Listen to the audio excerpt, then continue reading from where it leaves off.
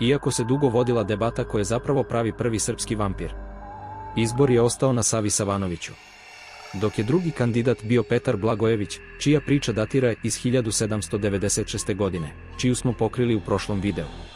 Prema narodnom predanju, Sava je živeo u napuštenoj vodenici kod izvora reke Rogačice. Za povampirenog Savu se priča da je ubijao i pio krv od mlinara koji su dolazili da melju žito u njegovoj napuštenoj vodenici. Legenda o Savi Savanoviću počela je u malom selu Zarožje u Srbiji. Prema legendi, Sava je nekada bio imućan i poštovan čovjek koji je posjedovao vodenicu u selu. Bio je veoma cenjen i poznat među meštanima.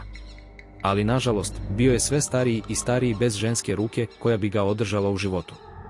Zaljubio se u mnogo mlađu devojku sa sela, čiji otac nije hteo ni da čuje da će svoju jedinu ćerku pustiti u ruke starca. Kako Sava nije odustajao, otac je morao da da ćerku. Posle nekog vremena su se navikli jedno na drugo i vodili su pristojan život.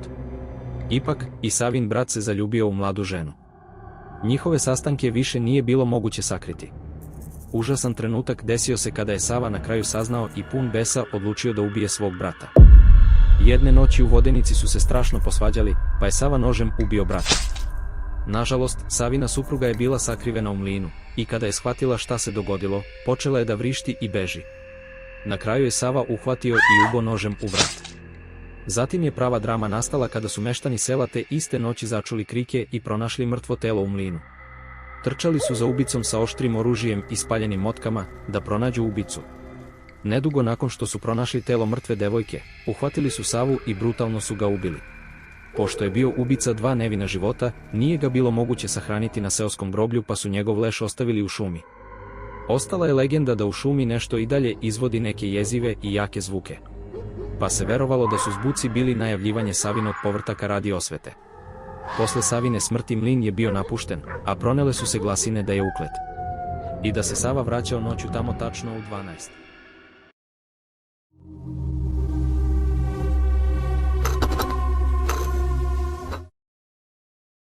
Posle dužeg vremena, mladić po imenu Strahinja se zaljubio u devojku po imenu Radojka. On je bio siromašan seljanin, a ona ćerka lokalnog trgovca, koji nije odobravao njihovu vezu zbog različitog društvenog položaja.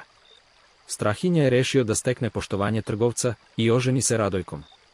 Kao rezultat toga, odlučio je da preuzme napuštenu vodenicu sa ciljem da nastavi sa radom, kako bi jednog dana mogao sam da stekne bogatstvo. Strahinja je ponovo pokrenuo mlin uprkos Radojkinim protestima. Seljani su počeli sve češće da posećuju vodenicu radi kupovine žita, a Strahinjin posao je cvetao. Uplašen vampirskim pričama oko mlina, spavao je u maloj sobi bez prozora koji je osigurao i držao revolver pored svog kreveta. Strahinja se plašio, ali ga je želja da se oženi sa Radojkom održala. Jedne noći u mlinu se čulo jako zveckanje i buka je postala sve glasnija i mučnija. Unutrašnjost mlina se tresla, kao i vrata Strahinjine sobe, sve dok brava nije pukla i pojavio se neki čudan čovjek. Strahinja je preplašeno urlao i upitao čoveka ko je on. Strahinja je bez oklevanja pucao iz pištolja u prsa čoveka. Čovek je vrisnuo i izleteo iz kuće, a Strahinja je vikao u pomoć. Odmah je objasnio seljanima šta se desilo, i otišli su pravo mesto gde je Sava Savanović bio sahranjen. Strahinja je počeo da kopa. Došao je do kovčega i otvorio ga, a unutra je bio krupni čovek koji ga je te noći posetio u mlinu. Čovek je imao svežu ranu od metka u grudima. Strahinja je zabio drveni kolac u Savine grudi. Kada je to uradio, mali žuti leptir je izašao iz Savinih usta, ali niko od seljana to nije primetio. Misleći da su rešili problem vampira i Savine kletve, seljani su odmah počeli da slave. A Strahinja je odmah otrčao u Radojkin dom da podeli ovu radosnu vest. Ali kada je ušao u njenu sobu, primetio je otvoren prozor odakle je uleteo taj isti žuti leptir i sleteo na spavajuće Radojkine usne. Pre nego što je Strahinja išta zaključio, leptir je nestao u Radojkinim ustima. Radojka se posle nekog vremena probudila kao vampir, sa dva oštra zuba, i napala Strahinju, pijući mu krv i pretvarajući ga u vampira. 1973. snimljen je film po ovoj priči. Zove se Leptirica i smatra se prvim srpskim horor filmom. Vampirski folklor seže dublje od obične legende, a prema istraživanjima o srpskim vampirima, ukorenjen je u verovanjima i u svakodnevnom životu ljudi.